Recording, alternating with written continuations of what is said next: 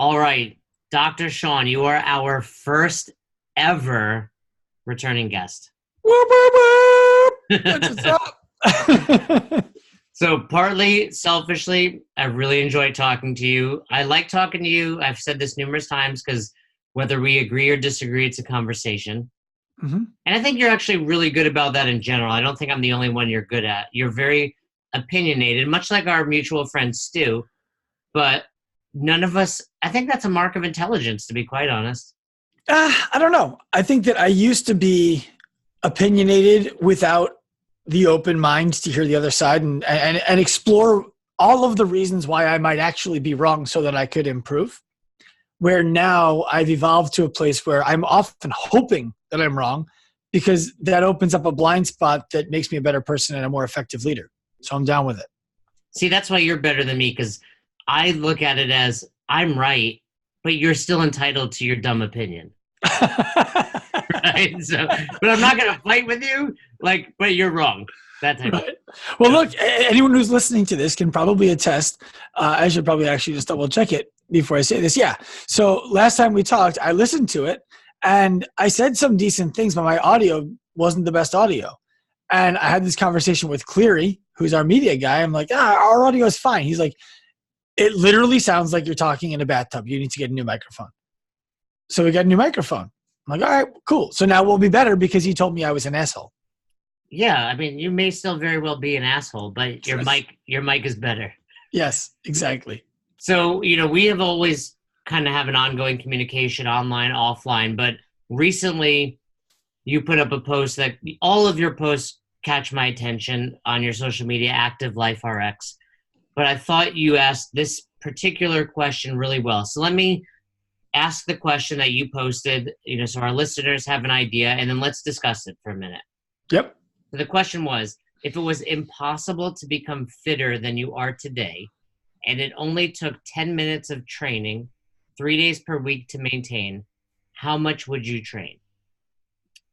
Because I've been contemplating that question a lot myself and with other people, but I thought the way you worded it, semantics, was really well. It made a very clear picture of what you were asking. Basically, why are you doing more if this much gets you fit?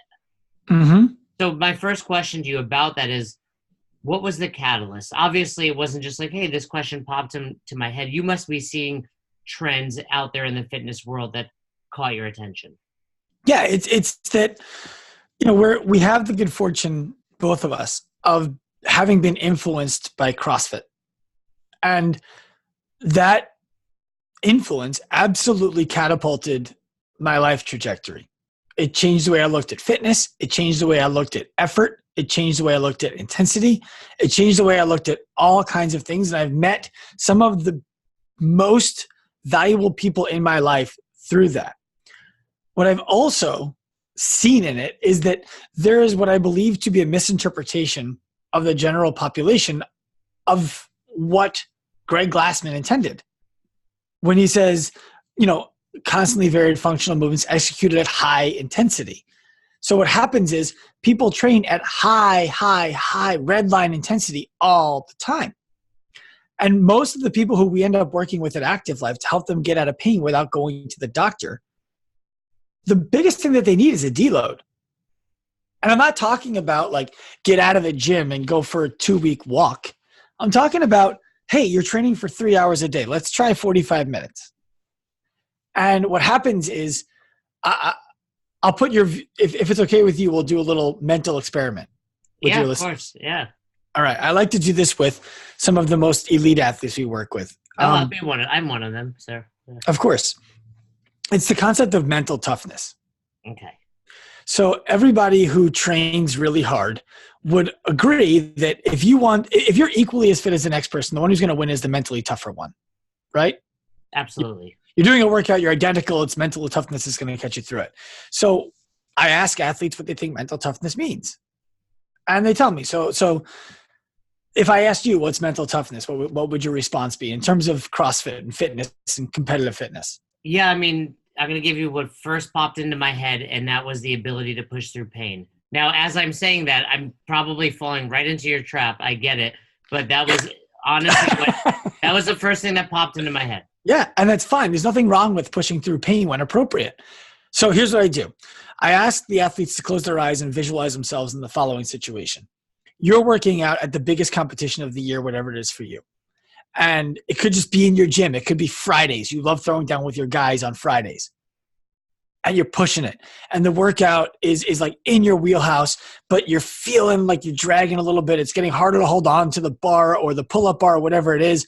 And you know if you could just stay on for another 15 seconds, you would be able to win the workout for the day.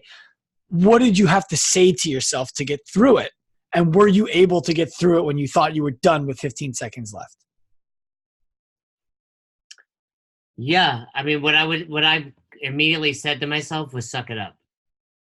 Right. And that drove you through for 15, 20, 30 seconds. Yeah. Yeah. Like suck it up, keep going. You can do this. Perfect. And the difference between you and the person who's not mentally tough is they face that adversity and they're like, I'm going to stop.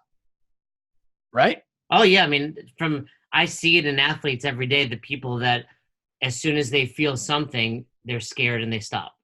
Right. Another interesting point to unpack. It's fear. It's not actually fatigue.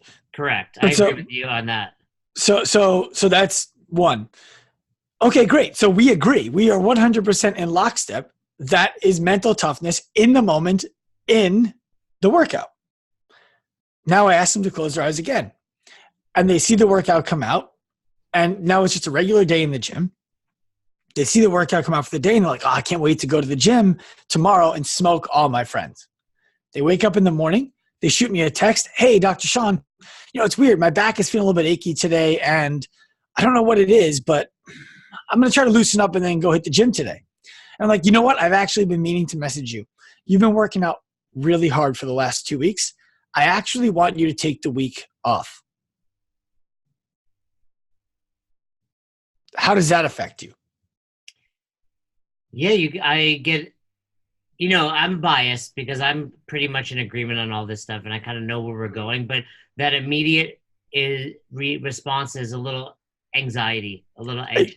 And if you have a little bit at the age of like 75, imagine the level of anxiety of the 25 to 30-year-old or even younger or older, whatever it is, the person who's really competitive day to day, who thinks they need that stimulus in order to be the person who they are, who they identify as. And now you're telling them, I need you to rest. The most common question that I'll get when I tell an athlete that is, can I go for runs? Like, can I just go in to row and like just to move around? Because I feel better when I move around. You know what I mean? No. You can go for walks all you want. That's the extent of your exercise for the week. And it's like, I've done this with a room full of savages at a brute strength retreat in Miami. And I watched like the room shudder. Like 40 people almost fell out of a chair at the same time. Because it was this level of what would I do? I would lose all of my fitness in that week. What if you rephrased it as, but I promise you in a week you're fitter? It's implied. So I could do that, but it's still right. Implied. It's implied your body needs rest. We are all smart enough to know you grow, you recover while resting. But there's something in that gap there. Yes. So the person who I had this conversation with that had the most transcendent response to it was Lindy Barber, because she was training at the time on CrossFit Mayhem with Rich, who we've also worked with, and with Tasia, who we've worked with Matt Hewitt, who we haven't worked with. But that's a team that just eats volume. They just take it and they work through it.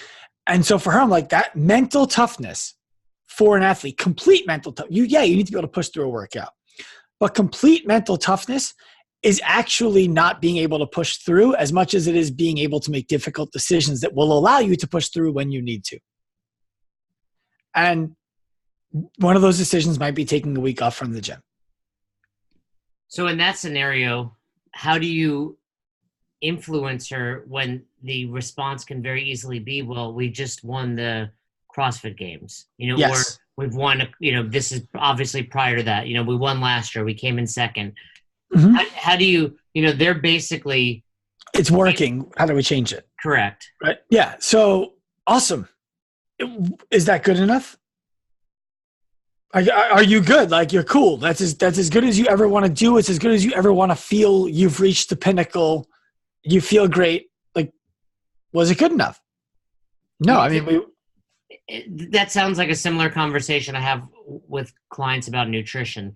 Hey, you're coming to me for a reason. mm-hmm. Is that similar to what you're saying? Like, we're talking here because either something's breaking down, you're not feeling 100%.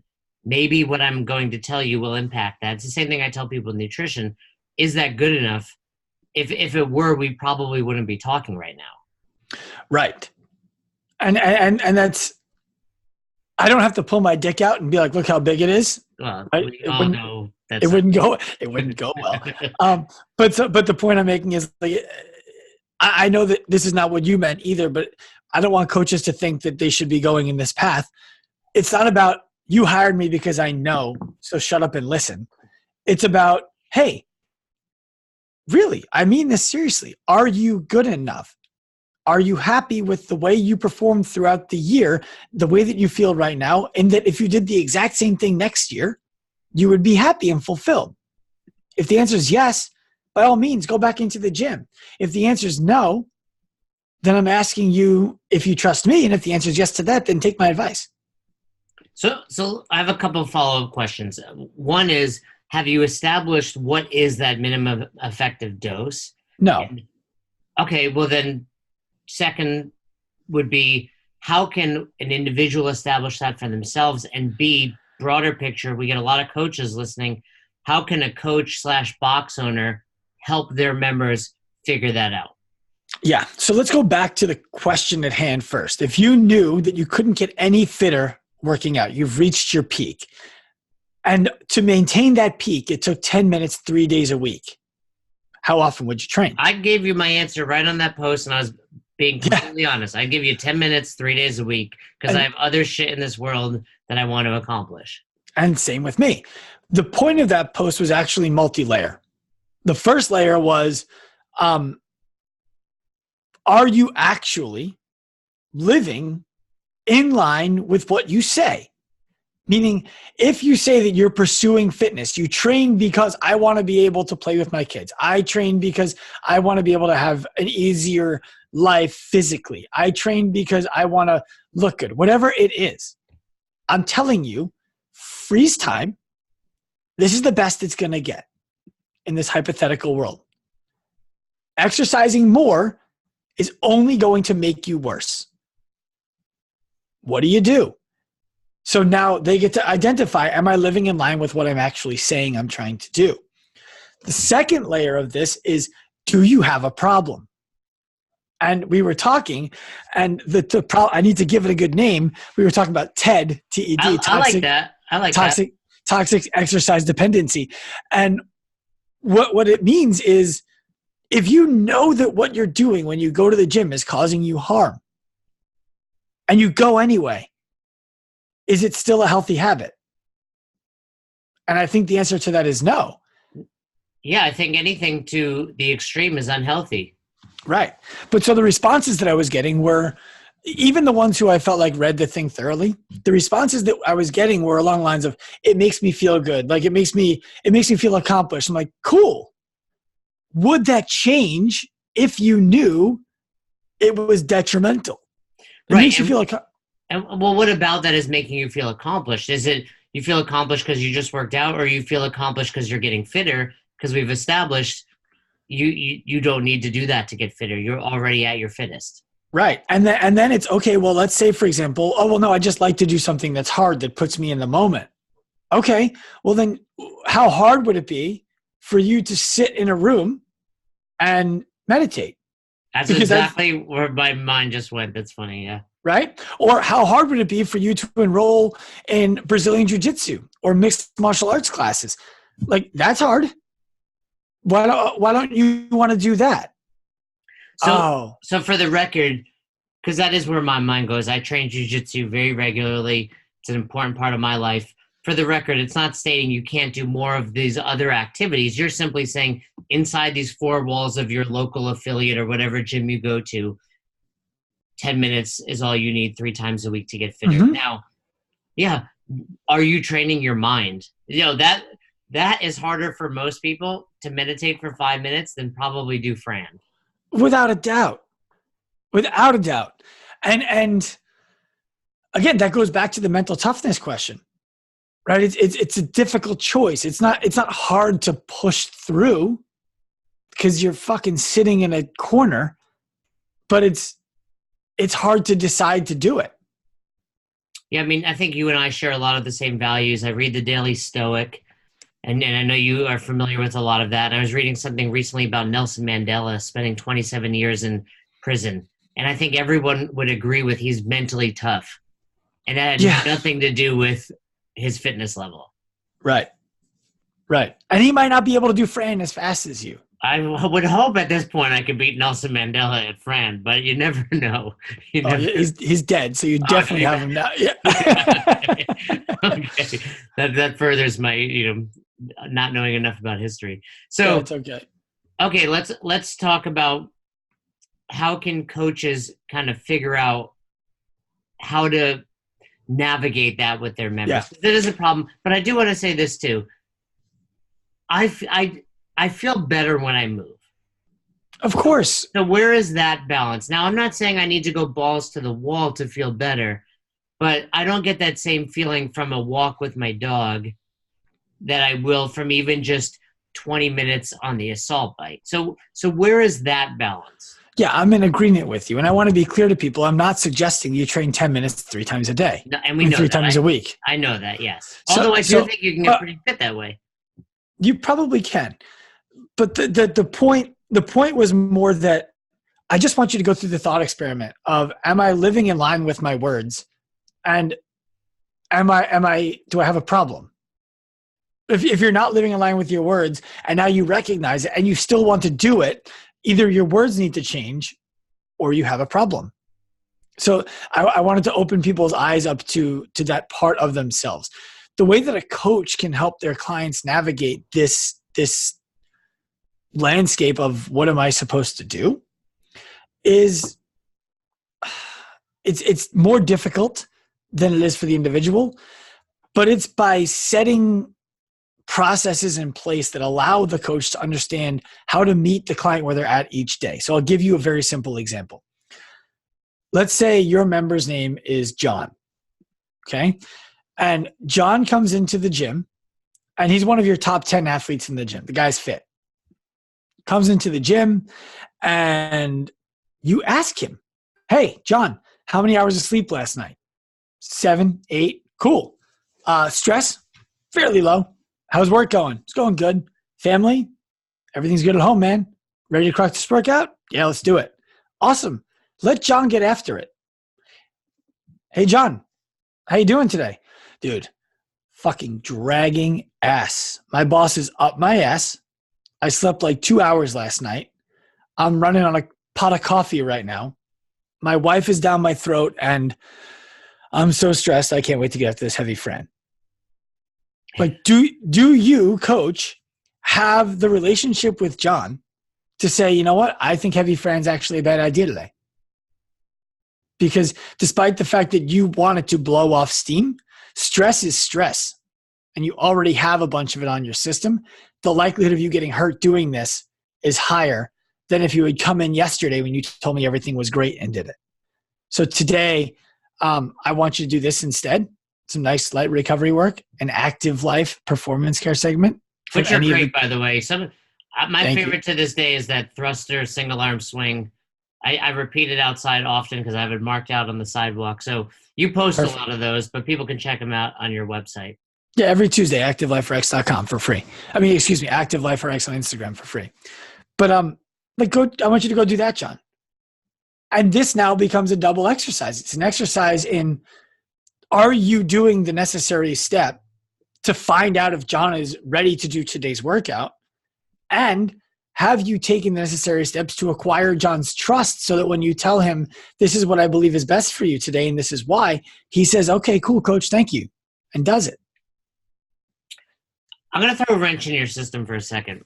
Bring it. You love CrossFit. I know deep down, like you've said, it changed your life, but you also try to come at it from different angles. What if I want it to be better? Right. And I love that about you. But what if I said CrossFit handled this way back when at the level 1 when they said intensity is relative to physical and psychological tolerances. It's just that people misinterpret that and only take it as if you can't do it physically, that should do it. But psychological tolerance is exactly what you're saying. No, it's not. Why not? It's because what that says is a mile run is more intense than a 5K and less intense than Fran, for example. Based on intensity, yes. If you're not familiar with what Sean's saying, force times distance over time. Right. But now reality is we're asking people to go as hard as they can for the duration that it takes to complete that. So while their intensity overall is lower, their RPE is the same. And they're still getting the same volume for a lot of people. Yeah.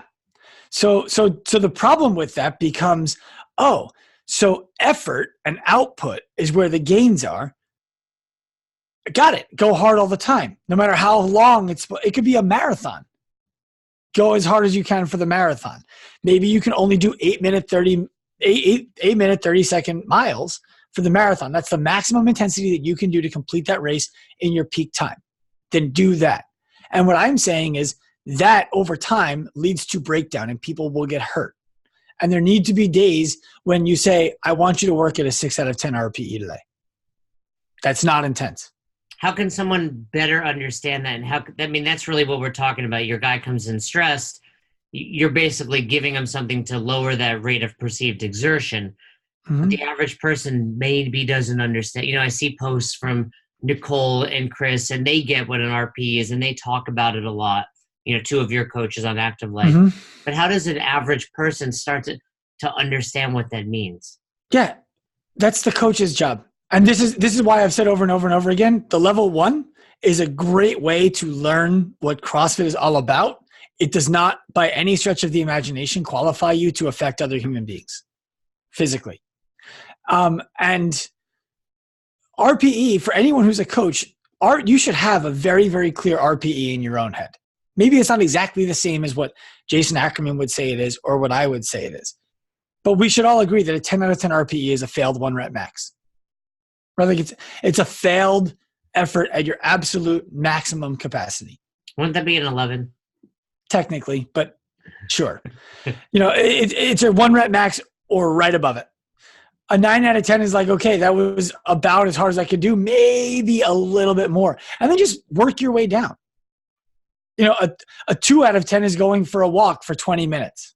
So if someone wants to come in, let's take your performance care series. About what RPE should those be done at?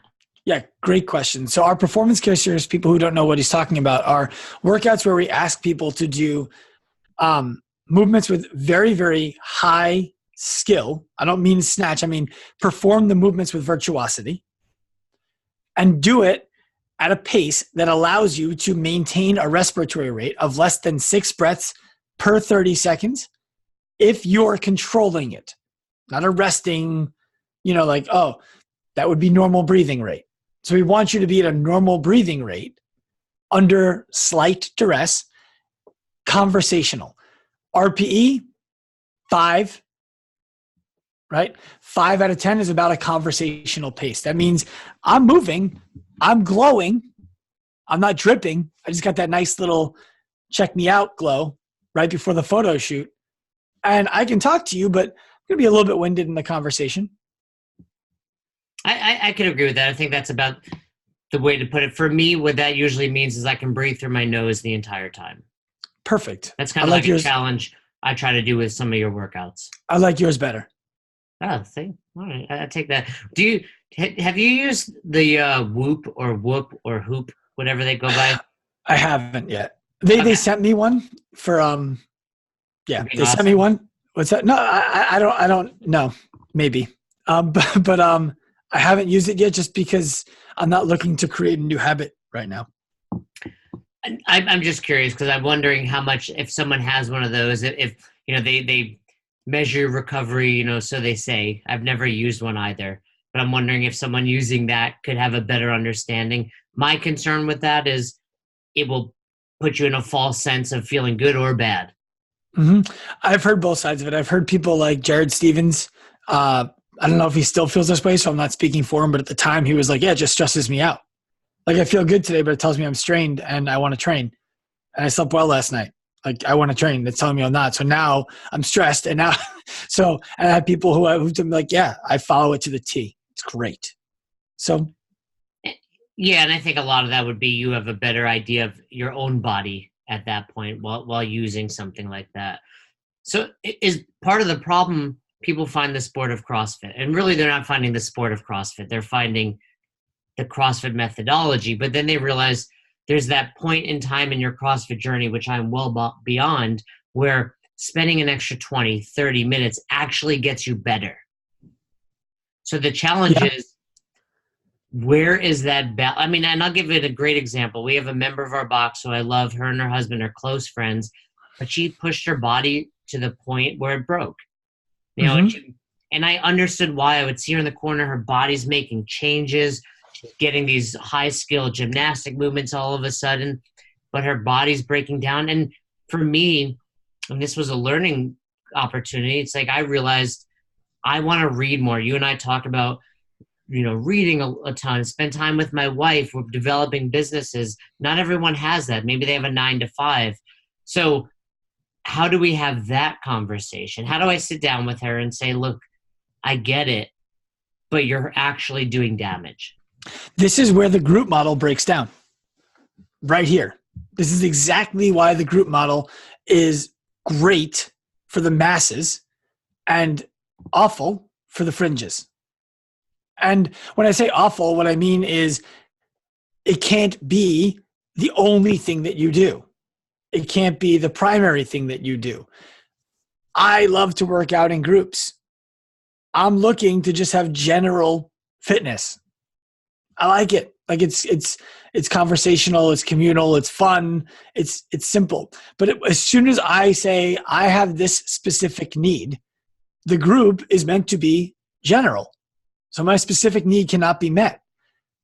Somebody like this woman in your gym, in my opinion, needs to have a coach working with her one-on-one to help her achieve the goals that she wants that specifically fall outside of the parameters of a class. And here's what I mean by that. But where do you have that conversation of, this is kind of goes back to what we've been talking about. My opinion is, if you just came to class and rested, you would actually hit those goals. But somewhere in your mind, you've determined, no, it's more, it's more, it's more. Right. Because the thing is this. Let's just say, for example, let's take a very specific goal. Let's say you want to snatch 250 pounds. Okay? Just random goal. Assume I can't do that already, but sure. Right. Exactly. So every time that you come to class and we're doing burpees and running and box jumps, you're not moving closer to that goal. Right. I can get you to that goal faster working with you one-on-one. Now, if you come to class, do burpees, box jumps, and running, and then you're like, well, now I need to do my extra work for my snatch. Now your 1 hour of work became an hour and a half, 2-3 hours worth of work because you didn't have the guidance. And then you have these coaches out there who will tell people like, oh, you don't have whatever movement, just do more of it until you have it. And that works until it stops. It works until it becomes detrimental. And that's why we need to professionalize coaches, because then you have a coach that is working with this individual and saying, hey, you can come to these classes this week because maybe these are the days that fit your goal and your programming, but then I need you to skip that day of running and burpees and box jumps because I know your goal is to snatch 250 pounds. Right. And you would say, hey, use the 4/9 model to pay your coach. 100%. That's where I'm going with it. You know what? It's funny. I'll touch on that real quick. I talked about, I shit on the 4/9 model for a while. You hate Chris Cooper. I don't hate Chris Cooper. I don't even know Chris Cooper. He's a very nice guy. I'm sure he is. I have no problem with him as a human or his company. That is an oppressive way, oppressive way. There might be 2 P's to pay your staff. It just is. I've heard a lot of gym owners tell me it works great for me. And I say, can I speak to your coaches? No. Okay, well then go fuck yourself. But that aside, I apologized for the way that I came about. I don't know if you saw that or not.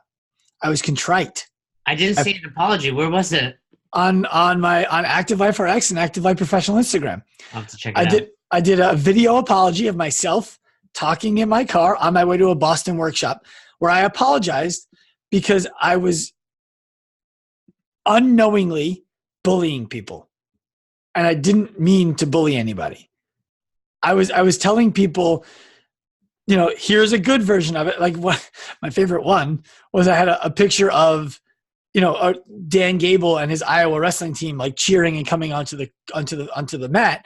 And it said like when owners and coaches work together. And then underneath it was a wrestler with someone else's balls in his face on the mat. And it said when you pay 4 nights.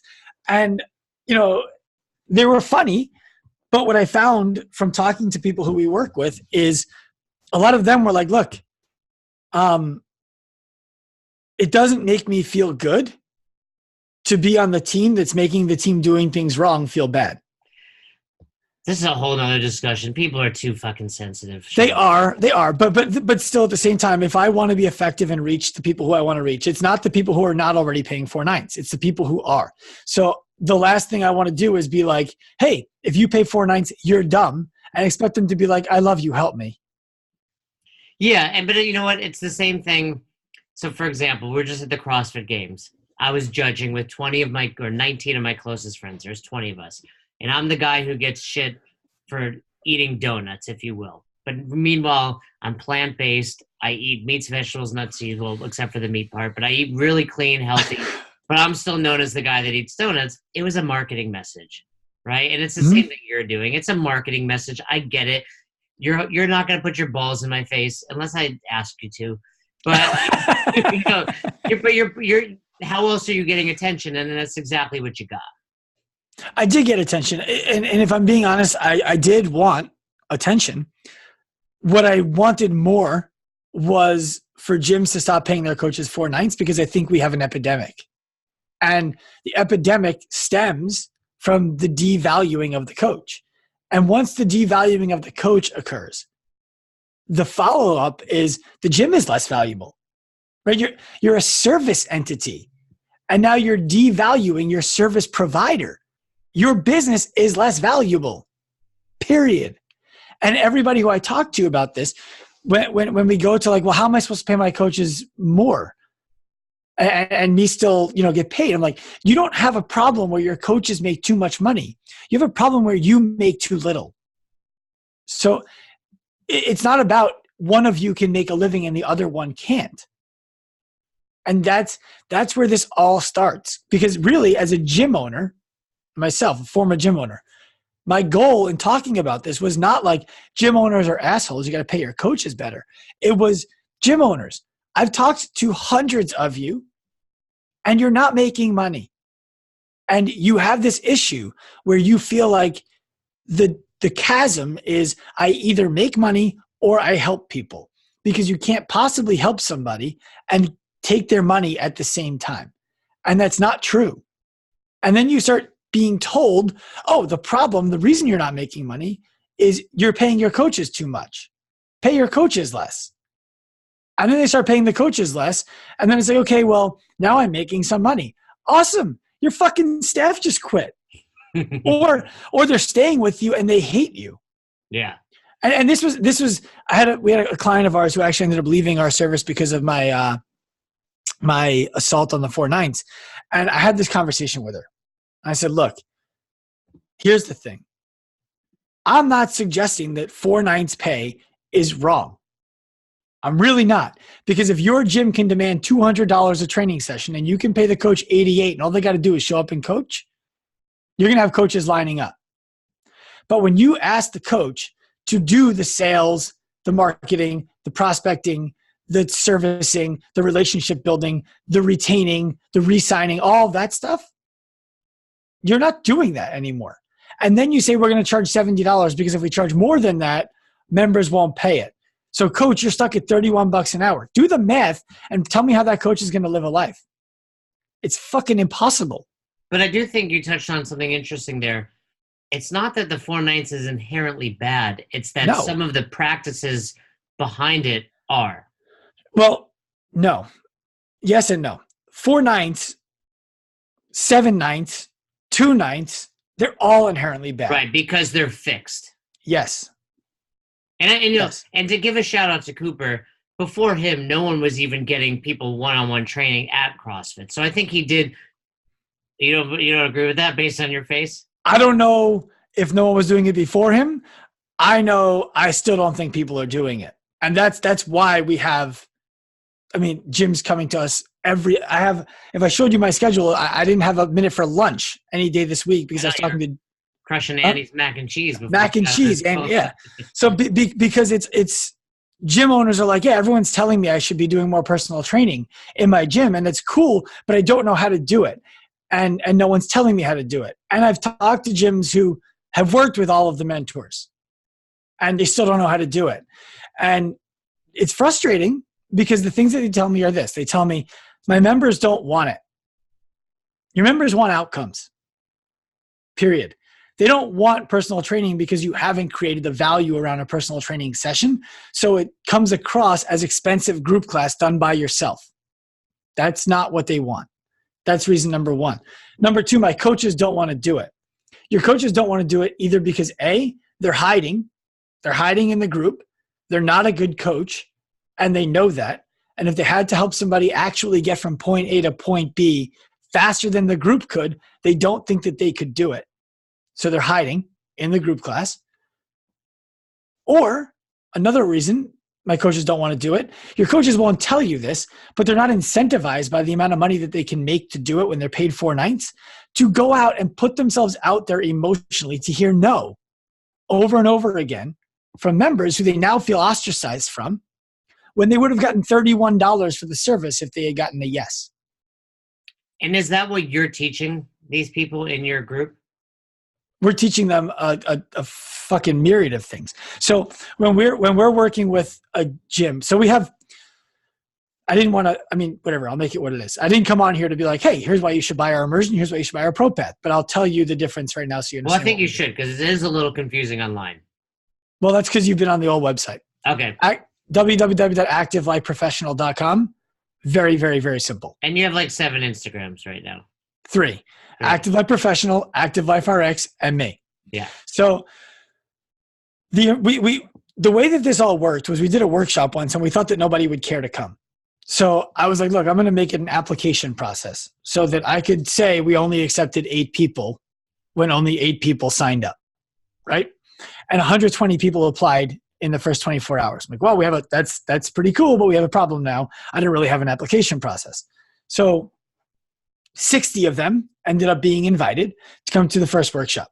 60 people from 22 states and 5 different countries came to a workshop to learn how to assess. I was like, this is cool. People want to learn this. And then after the workshop, I felt like we had crushed it. And Chris Spigner, who you know from 7 Mile Cross Strength and Conditioning or Strength and Fitness, he was like, hey, so now I know how to assess really well. What do I do with it? I'm like, well, you're going to modify athletes like this. He's like, yeah, but how do I fix those things? I'm like, okay. So we started our immersion course, which is a 13-week long course that follows the workshop and teaches coaches how to assess and correct problems that they find in their gym that are within their scope. We're not teaching them to play doctor. And that was going fine. But then coaches were like, nobody wants to buy this. Like, how do I get people to actually buy this? So I'm like, oh, all right. So we put business into the immersion course and we taught them how to market, sell their services to the members who are in the gym. And now that's been so successful for coaches that we have a money back guarantee. If you take the immersion course and you don't make your money back before it's over, I will pay you out of my own personal money the difference between what you made and what you should have made. What does it cost? $2,500. So you say within 13 weeks, you will make $2,500 or more in personal training sessions that you got from what we taught you at the immersion course. How many times have you had to give money back? 0. I've never even been asked. Now, there are people who don't get it. They don't get to the end. They finish the course, but they don't make their money back. And I talked to them about it. And the reason why they don't make their money back is because they weren't ready to do the things that we asked them to do, and they acknowledge it. And I'm like, would you like a refund? They say, absolutely not. I'm going to do this and it's going to work. I see what everybody else is doing. We have a coach in New Jersey. Her name is Samantha. She went from making $340 a pay period to making just about $4,000. She was a teacher full-time and a coach part-time. So everybody has one of these in their gym. She was a part-time coach and a full-time teacher, and she wasn't fulfilled as a teacher where she was. She would love to have been a coach. We taught her how to do it. She's trending to make $100,000 this year. Oh, yeah. I mean, Chris, who you bring up, he's crushing it. Chris, too. Yeah. Chris, too. And he's down the Cayman Islands. So we have another coach in South Carolina named Jono, who we did a podcast with. He 4X his income in under 6 months.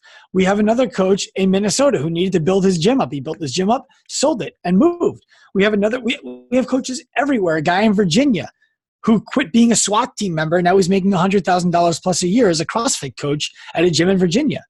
Like, this works really, really, really well. And it actually worked so well that we ran into problems where the coaches were like, I'm full. How do I grow my business more without being able to do more? And their gym owners were coming to me like, hey, so really cool about my coach. How do I? He's making more money than me. Yes. How do I do this as a gym? So we created our Pro Path, which is for gym owners. And the Pro Path is where we teach, the first thing we do is we teach value. It's our VAST system, our VAST system. First thing we do is we teach high value skills. Nobody's buying personal training from you because they don't care about what you think they should care about. You want their snatch to be better. You want them to get more muscle ups. And they're like, yeah, I don't really care. I'm here to get fit. Or they say, okay, cool. And they buy 5 skill sessions from you. And then they're done. And you're like, man, it would be impossible to sell everybody 5, like over and over and over again. So we teach them how to create high value by being able to better assess their members and provide solutions through correction, which is our immersion course. So when you buy the Pro Path, everyone on your staff gets our assessment workshop and our immersion course. Everyone. Then the second workshop that we teach is how to put on your own workshop. We're already doing that during the immersion, but now we want you to bring people from the outside. Everyone's out there running 6-week challenges and lead magnets and all this stuff. How about you get your members to refer people without giving them $50 for the service? Right? How do you do that? So we teach them how to do that. Then there's an immersion that follows that that's 12 weeks long to make sure that they're executing. Then the third workshop is sales. Nobody wants to be seen as the pushy, sleazy salesperson in fitness. Nobody got into fitness to be rich. There is, however, a gap between being rich and being poor. And it's okay to make money providing a valuable service to people. In fact, it's your duty. So we teach them how to sell. The person who walks into your gym and they're like, oh, wow, that's expensive. I got to go home and talk to my wife about this. They're not coming back. How do you overcome that objection to make sure that that person does what everybody in the room in the moment knows they need to do and sign up? We teach that at the third workshop. And then for 12 weeks after that, online, live, we teach you how to continue doing it. We make sure you're refining the skills you learned in the weekend, because as we all know, a weekend workshop is insufficient to gain, what's the word I'm looking for? Expertise in anything. You're talking about a year, basically, from It's a year. finish. Yeah. It's a year. And then the last workshop is staff development. How do you develop a staff member? What does it look like on day 1? What does it look like on day 90? Bring them out. We're going to teach you. We're going to teach them. And then you're going to do it when you go back. So for what you're talking about, for the box owners, what would that cost for them? $20,000 up front or $2,000 a month for a year. And what I can tell, and so here's the thing, right? Money back guaranteed again? No. Most people look at that and they're like, wow, $20,000, that's a lot of money. People are spending $16,000 on gym launch. It's not that much. Well, they spend $16,000 and then they spend like $1,000 a week. But for all online, by the way, right? Versus yes. Which has its advantages too. But so of the gyms who are in right now who signed up 3 weeks ago or more, every one of them is break even right now. What I mean by that is it starts September 21st. That's when our first enrollment goes live. Oh, so it hasn't even started. This is your first run at it coming up September 21st. Yes. So it starts September 21st, but we're telling gyms, if you sign up now, you get coaching until it starts. Then you get in, then you go into the machine. Right? People are hearing about it now. I'm going to post this episode shortly. So they're going to have an opportunity to still sign up before you kick off. We only have 5 slots left for the first round. Ooh, scarcity, Sean. Nice job. It's the truth. We only have 5 slots left for the first round, but we are going to do it again in January or February. So you yes, do it on the solstice. Solstice. That's right. Solstice. But so the point I'm making is they're all already at $2,000 extra revenue per month, and we haven't started yet. But there's coaching ahead of the start, and there's gyms in there that have, in one case, 250 members, in another case, 83. And the gym with 83 is actually down 4 members from last month because they moved. Couldn't do anything about people moving, going back to college and stuff like that. And they're up $2,000. I like it. So activelifeprofessional.com is for that. Yes. Or that's for everything these yes. days. Okay. That's for the coaching side. And what's the one for just if a coach wants to take your course or the immersion? The immersion is the course. They can still. Is that what you're asking? You have your workshop that people can go to where you post pictures of with your group. Then you have the original 12. Yeah. Okay. I got you. We're in the process. Do you need me to tell you what you guys have? No. I didn't know. No, we're in the process of moving everything professional over to Active Life Professional. But we're trying to do it in a way that doesn't confuse the person as to what's there. So it's not like, are you a coach or a gym owner? Are you 20 and under or 20 and over? Like, we want to make it simple. So right now, everything except the Pro Path can still be found at activeliferx.com. Gotcha. That makes sense. So whether you're just, because that could be for a member at your box that just wants to learn about moving a little better and checking things out. But it's kind of like the level 1. Anyone can take it. It doesn't matter if you plan on coaching one day or not.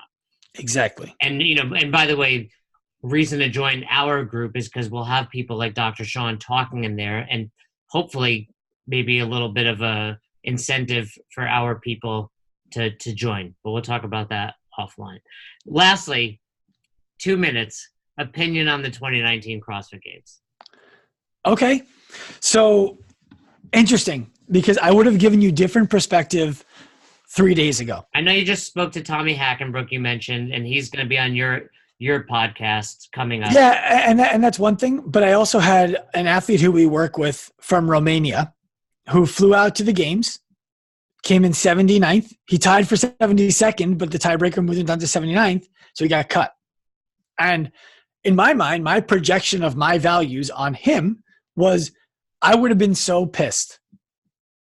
So I asked him, the reasonable question that everybody would want to know the answer to is, what was it like to fly from Romania to Madison to do a workout and then be like, hey, this was great. Go watch. And he's like, honestly, it was the best experience ever. People pay to be spectators, right? Right. So he was like, it was the experience leading up to it, the way that they treated us was phenomenal. And then being out there working out with the other athletes, he's like, I was still a little bit hurt, which bugged me, but it let me know that I can compete with those guys. But there's no reason, he's like, there's no reason that I can't be in the top 20 in that group.